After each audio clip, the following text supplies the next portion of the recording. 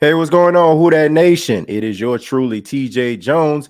And yes, I am the host of the State of the Saints podcast. Thank you all so much for checking out the State of the Saints podcast, where we talk New Orleans Saints. As you can see, I'm in my hotel room. I'm in Indianapolis, Indiana for the NFL Combine. I've been here for about 2 days now. And I just got back from the stadium, Lucas Oil Stadium, where the combine just finished wrapping up. Today, it was the defensive linemen, the edge rushers, and the linebackers. And, seeing this stuff up close, I got to tell you, man, it's kind of funny, to see football in this type of atmosphere. These guys are taking part in these drills, and there's absolutely no noise. Like it's absolutely quiet. It's like you're watching golf or something like that. But these guys are running a 40-yard dash. They're doing vertical jumps. They're doing field drills. I mean, they're doing all different type of things, man. And a lot of excitement is happening. A lot of things that are positive that are happening for these guys, and some things, unfortunately, are negative that are happening for these guys. And we're going to talk a little bit about that. I didn't go live yesterday.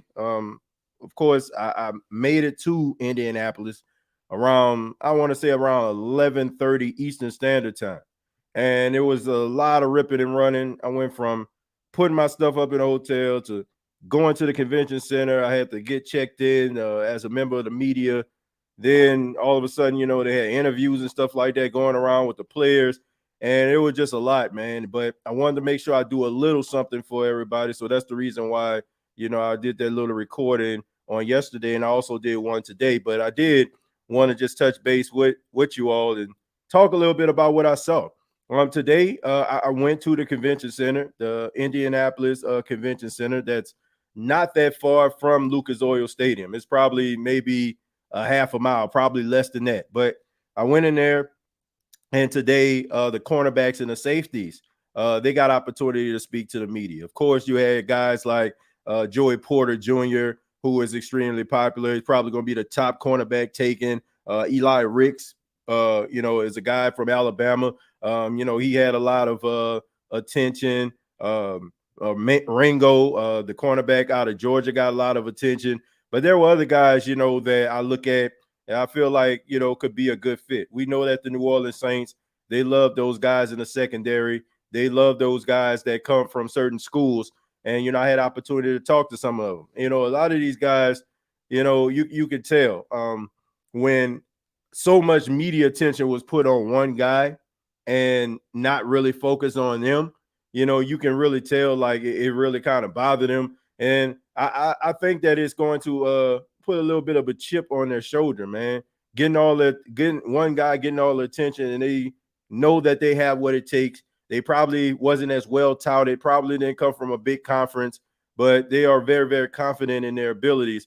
So you find yourself rooted for guys like that, man. You see guys that I'm not going to call any names, but you see guys like off on their own, like they're just standing there at the podium and nobody want to ask them any questions. And every now and then one person might go over there and ask them a question, then walk off and go to the main guy.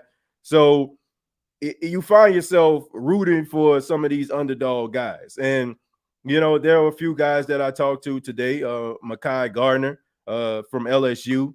I talked to him, he's more of a bigger cornerback. He's kind of like that Xavier Rose type guy, 6'2", about 214. I would think that somebody is probably a team is going to probably put him at safety or something like that. I would be shocked if they wouldn't. But there are so many guys that came through there, and I left very, very impressed with talking to. Also, just going to the stadium and watching these guys take the field. Guys like Nolan Smith. Nolan Smith has been dealing with injuries throughout the entire year at Georgia. Didn't get opportunity to take part in that shellacking in the national championship game versus TCU. But he made up for it, man. He ran a 4.39. I never seen anything like it. I mean, Nolan Smith is about 240 pounds, but still a 240-pound man running a 4.3 like that. Also, Antawa Ewobawe from Northwestern. And trust me, I practiced dude named about 3, 4-5 times before I said it. But he is from Northwestern. He's a defensive tackle, and he also serves as a defensive end. He ran like a 4.5, and this guy's like almost 300 pounds. So the athletic ability that these guys possess is absolutely amazing. I got a couple guys that kind of stood out here. I got some notes here. Papo, Owen Papo ran a 4.3. He's a linebacker out of Auburn. Some of you are probably familiar with him. Also, Trenton Simpson, he ran a 4.4. And you had a couple other guys that stood out, taking part in some drills. Kalaja Kancey out of Pittsburgh, out of Pitt, defensive tackle. He ran a 4.6. That's a guy that the Saints fans need to have an eye on, because Kancey is one of those guys that could possibly fall to the Saints. And wouldn't surprise me if the Saints end up drafting a guy like this in the first round. And you had Brian Bresee. He ran a 4.8. He's a defensive tackle. So, man, you had a bunch of really talented, super athletic defensive linemen taking the field. But one guy, to me, I feel like he hurt his draft stock, and that's Will Anderson. Will Anderson, before he ran this 40-yard dash, he probably would have been projected as the number one pick. He probably could have been a number one pick, because even though Bryce Young is supposed to be the number one pick or the number two pick, Will Anderson is supposed to be the number one, especially if the Chicago Bears don't move out that spot. But he ran a 4.6. And I know some people will say, well, guys, that's that size, they don't supposed to run, that fast. And maybe it's because those other guys ran so fast and made him look bad. All I'm saying is he didn't do himself any favors. And I didn't understand why. Why did he run the 40? Like, what was the point? Like, nobody, like, if he wouldn't have ran the 40, nobody would have cared. Like, I don't think Jalen Carter didn't run the 40. Who cares? Right? Nobody cares if this guy runs the 40. So I don't know who gave Will Anderson this type of advice.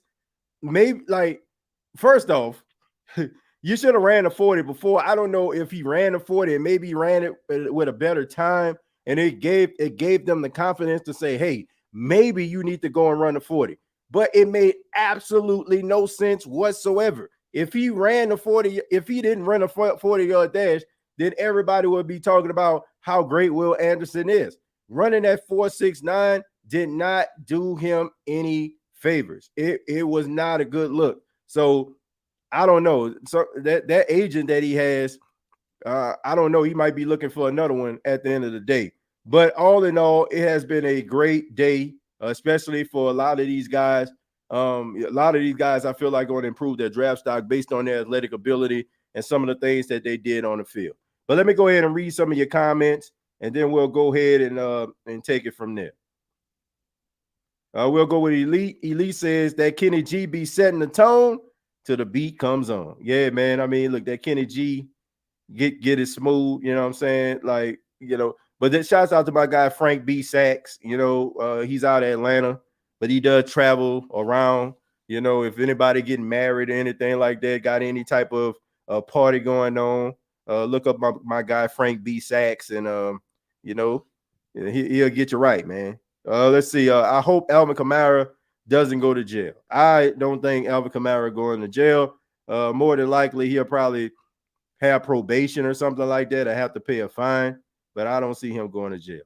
Having fun in Indianapolis. I'm having a good time, man. I'm having a good time, but I'm more focused on trying to get really good content and really understand what's going on. Shouts out to, man, the best thing about going to the combine is interacting with so many people that you see on television and you respect every single day, and having conversations with them, man. Shouts out to Michael Smith. I talked to Michael Smith from NBC Sports. Some of you probably know Michael Smith. Him and Jamel Hill used to be on ESPN together before he went to NBC. I was chopping it up with him, man. He gave me some really good advice about my future as a broadcaster. Shouts out to my guy Emery Hunt, that's on CBS Sports. He's a New Orleans native, and we talked a little bit. He gave me some really good advice. I mean, you get an opportunity to, talk to some of the people that you respect so much. And not only that, you see people from different walks of life covering their favorite teams, covering teams, and you establish relationships with these people, and that's a really good thing. And not to mention, you see the process. Like you man, I'm walking down the hallway, and I'm not saying this to brag or boast. Trust me, I'm like in awe right now, because being a member of the media now, you got to keep like a cool head. And you're walking, and you see Mike McDaniel from the Dolphins, and you see Dennis Allen and Mickey Loomis walking right past you. And I'm going up an escalator, and down comes Sean Payton. It was weird looking at this. I'm going up an escalator, and Sean Payton is coming down. He got the trademark visor on, but he got the Denver Bronco orange and the Denver Bronco logo on. It's just crazy, and yeah, it's an amazing experience, no doubt. I feel like they they need to do a little more with their downtown, if you ask me, though. I think they need some more things to do with their downtown, but not to say that it's terrible, but it just seems like to me downtown Indianapolis, like they need a little bit more stuff down here, man. They got some decent restaurants, but I think they need a little bit more. But I'm still having a good time, man. I'm having a good time because I get an opportunity to do something that I love to do, and by doing something that I love to do, I'm giving content to the people that made me get the opportunity that I got, which is you. And I appreciate that. Keep up the good work, TJ. I appreciate it. Thank you, Nola Gang. We really appreciate you and your hard work you do for us. Nola Gang, thank you, man. Thank you. I started this podcast in 2018 because I was upset about a game, the Tampa Bay Buccaneers game where Ryan Fitzpatrick lit up the Saints. And from there, now I'm sitting in Indianapolis covering the NFL Combine. So for anybody that don't feel like dreams can't come true, or, hard work don't pay off, man, I'm telling you, it does. I'm not where I want to be. Of course, I want to go a little bit further, in my career. But, just being here is a step forward. And I appreciate it.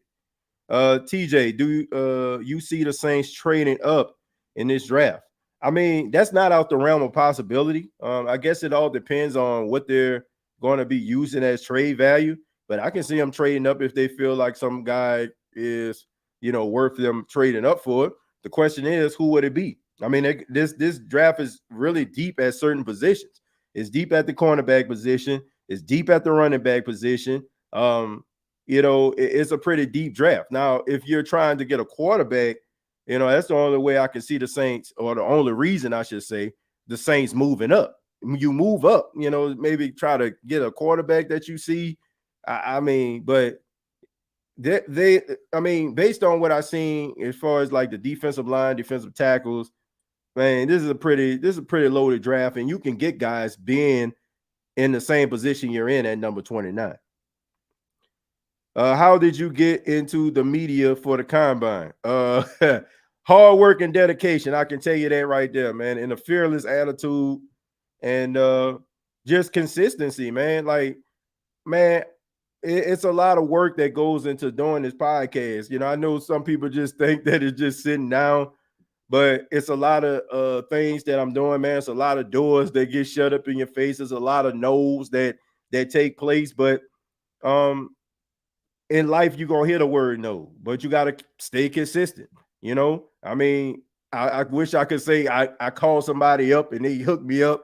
No, man. I mean, it's been episode after episode. It's been email after email.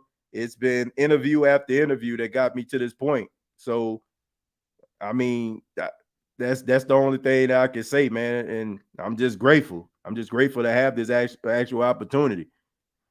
Let's see. That's awesome, and congratulations on that. You're doing a great job. Thank you. Thank you. Are you able to talk with any coaches? Well, I was able to talk to a few coaches. I mean, Frank Reich did an interview. All the coaching interviews are over. Like, all the coaching interviews are over. So you see these guys in the hallway or whatever like that. I mean, you talk to them, you say stuff to them. You know what I'm saying? Like, I met Eric Bieniemy today. Like, it took Eric. Like, the thing about it is, Man, it took everything in me not to want to take a picture with Eric Bieniemy, but I did talk to him, and I told him I told him I'm from New Orleans, which y'all know that he's from New Orleans and his family is, and I said, I told him that I was proud of all the work that he did, and and he was like, "Thank you," he said, and I said, "Good luck to him with Washington." So stuff like that. I seen Ron Rivera out in the hallway. Ron Rivera, very, very personable, talking to everybody. Who else did I see? I mean, you see these guys around. I mean, because where we are, I mean, it's the convention center, man. You just walking around, and only media and people that's NFL personnel can be in those areas. So, you walking past and you just see these guys, and you get opportunity to kind of shoot the breeze with them and stuff like that. I mean, I seen Sean Payton, but it was kind of weird. I'm going up the escalator, he's coming down, and I kind of caught him at the tail end, and he was talking to somebody. But if I seen him, I'd be like, man, keep, say probably would have said something to him. But you get opportunity to actually see these guys work, and but they do have like interviews where you actually see these guys, like Kevin Stefanski.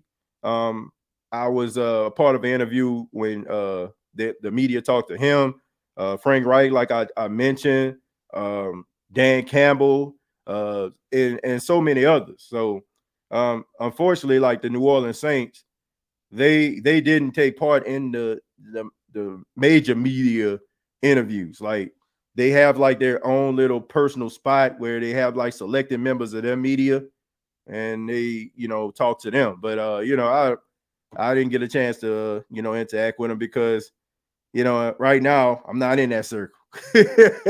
But if they were like in the NFL media, which where I got my credentials and what I'm a part of now, I probably would have got an opportunity to talk to them. But I'm not a part of that circle, which eventually I think that I will, unless y'all know. Let's see. We're all experiencing the combine through you. Well, I appreciate that. I appreciate that, and I take it very seriously. And I want to make sure that I let you all know what's going on. And I encourage everybody, if you're on social media, to follow me on Twitter at TJ Jones 8. And I'm pretty much tweeting about things that I'm seeing. If guys are supposed to take part in the combine and they don't, I post about that. If they were supposed to be interviewed, I post about that. So make sure you follow me on Twitter. TJ Jones, that's why you're the MVP. Who do you have this picking in your mock in the first round? I got to go back. Like honestly, based on what I'm seeing, based on who I talked to, based on the things that have transpired, I got to go back and revise this. And I'm gonna wait. I'm gonna wait because a lot of guys are helping their cause and a lot of guys are hurting their cause. And for me to just call out a name right now, I would just be saying that because of what I've seen from guys. And realistically, some of these guys are hurting their draft stock, and some of these guys are helping it. And a lot of these guys that are helping it so much that they're jumping the guys that you will probably think would be in that spot at number 29 or at number 40. So I'm gonna wait till the combine is over, and then I'll decide what I want to do with that. Let's see. Who that, fellas? I was watching on Facebook and it kept stopping. Congratulations, man. That's a major accomplishment just to be there. Yeah, I mean, it really is, man. And like I said, it's just surreal. It's surreal being a part of this process. It's surreal seeing people that you respect so much and have an opportunity to talk to them. And, usually, like, I won't say usually, but, sometimes when you meet people that you respect and admire, sometimes they leave a bad taste in your mouth. It's not a really good experience. But I have to say, like, every member of the media that I have met, that I have talked to, have been extremely nice. And no matter who I talk to, it's not like they're trying to rush to give me an answer to walk off. like I said, I talked to Michael Smith today. You know, I was just talking to him, and I mean, he was about to leave, and you know, I asked him. You know, I told him, you know, I really, you know, enjoy his work, and you know, he in mid stride, he stopped and sat down and talked to me for like 5 to 10 minutes, and you know, it meant a lot. Like you meet these people, and you have respect for them, and then when you meet them personally, you end up like leaving with way more respect for them than you had when you first started. So it's a great experience, man. I mean, look at that, you know, shouts out to Steve Weiss, you know, shouts out to, like I said, Emory Hunt.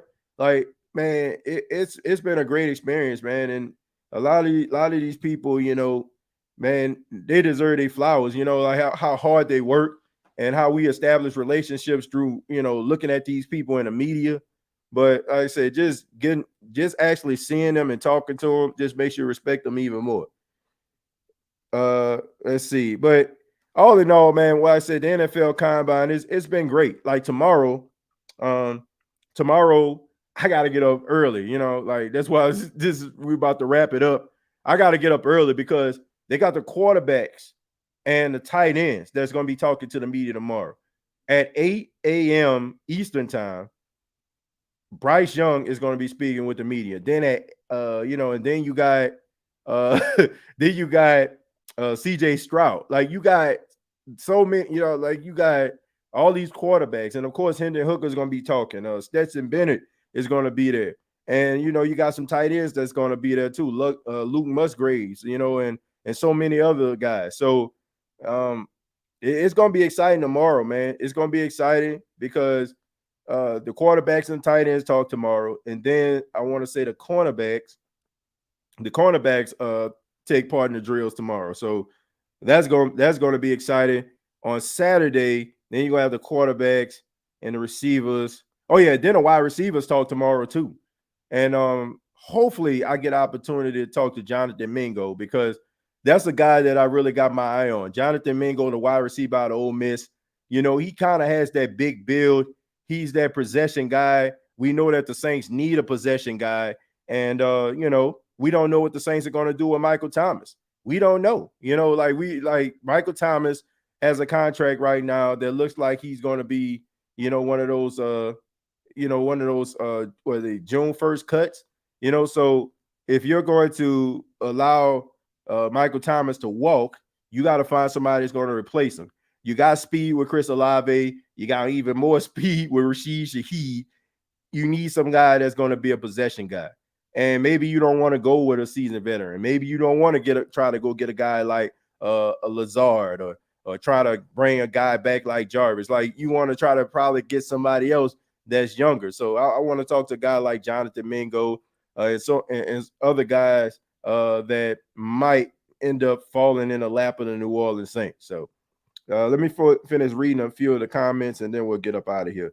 Quarterback should be interesting. Yeah, it should be. It should be. But they got quite a few that's gonna be talking tomorrow.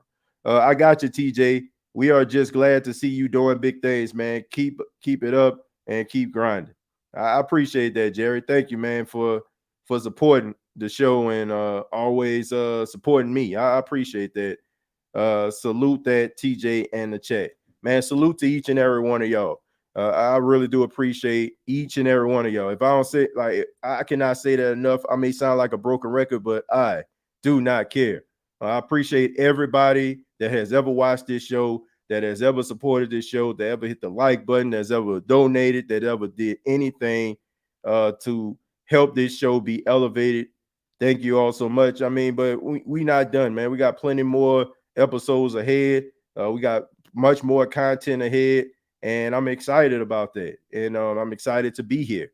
And once again, tomorrow, you got the cornerbacks that's going to take part in the drills at Lucas Oil Stadium for the combine. You got quarterbacks that's going to be talking. And I'm going to make sure that I put that out there for y'all. So once again, follow the State of the Saints podcast on Facebook, facebook.com. Search the State of the Saints Podcast Network.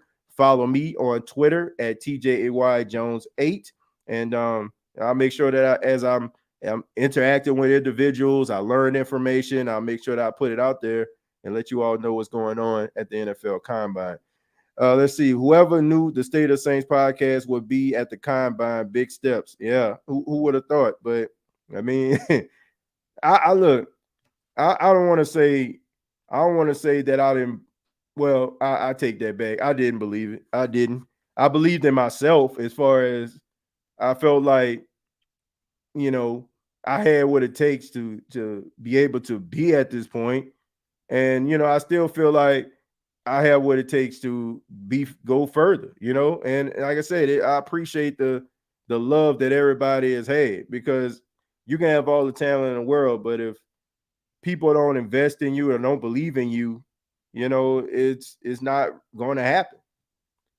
Are you able to ask questions, or do you already have questions prepared? No, I don't have. I'm able to ask questions. I've asked Linda. I asked a few questions. I asked a few questions today. I've asked questions to Mekhi Gardner, cornerback out of LSU. I actually posted this stuff. Lance Boykins, he's a cornerback out of Coastal Carolina. Who else did I talk to? What did I talk to? I talked to the safety out of Alabama. What's his name? I can't remember. I can't remember his name. His name escapes me. But I talked to quite a few guys. I talked to quite a few guys. I want to make sure I get this brother's name right, because I don't want to do that. I want to make sure that I get okay. Yeah, DeMarco Hellum. DeMarco Hellum out of Alabama. So yeah, I talked to quite a few guys today, and I'm able to ask questions. You're able to ask questions, and they they respond. But no, I don't. I do. I do things off the cuff. I don't have questions prepared. Like, I don't do that, because if you mess around and have questions prepared, then somebody asks the question that you had, and then all of a sudden, like, like what I do now. Bayou Blitz currently live after this wrap up. Yeah, I'm gonna go ahead and hand it over to them, because we're about to go ahead and call it a night. Try to get up early in the morning. It says, TJ, are you able to talk to any coaches? Like I said, I talked to Frank Wright, talked to Kevin Stefanski, but I didn't get a chance to talk to Dennis Allen, didn't get a chance to talk to Mickey Loomis. Saw him today. Saw him today. They walked past or whatever like that. But I didn't get a chance to interview them. Of course, I mean, it was just they was coming from a meeting. Like, it was Kai Harley. I seen P. Carmichael, but he was walking in a separate direction. DA, Mickey Loomis, and I'm not sure. I think it was Jeff Ireland. I could be wrong. I think it was Jeff Ireland. I think that they were walking together when I seen them. So seen Sean Payton today once again. Seen Ron Rivera. I seen Eric Bieniemy. Seen Mike McDaniel. Dan Campbell, interviewed him. Well, I won't say interviewed him, but I asked him questions. But yeah, I mean, I've seen quite a few. I've seen quite a few coaches. Quite a few coaches. So yeah, but I mean, it's exciting, man. It's actually honestly kind of surreal actually seeing these guys up close. I mean, especially like seeing Sean Payton, with that trademark visor that had the Bronco logo on it. Just like, man, it just became real for me. Like, just to actually see him with that visor on with the Bronco logo, it was just weird. But all in all, man, having a good time. Looking forward to what's going to transpire for the next couple of days. Keep it locked right here to the State of Saints podcast, where we talk New Orleans Saints as we cover the NFL Combine. Previous episodes available on Apple Podcasts, Spotify, iHeartRadio, Anchor FM. Follow me on Twitter once again at TJAY Jones 8. Till next time, all I got to say is,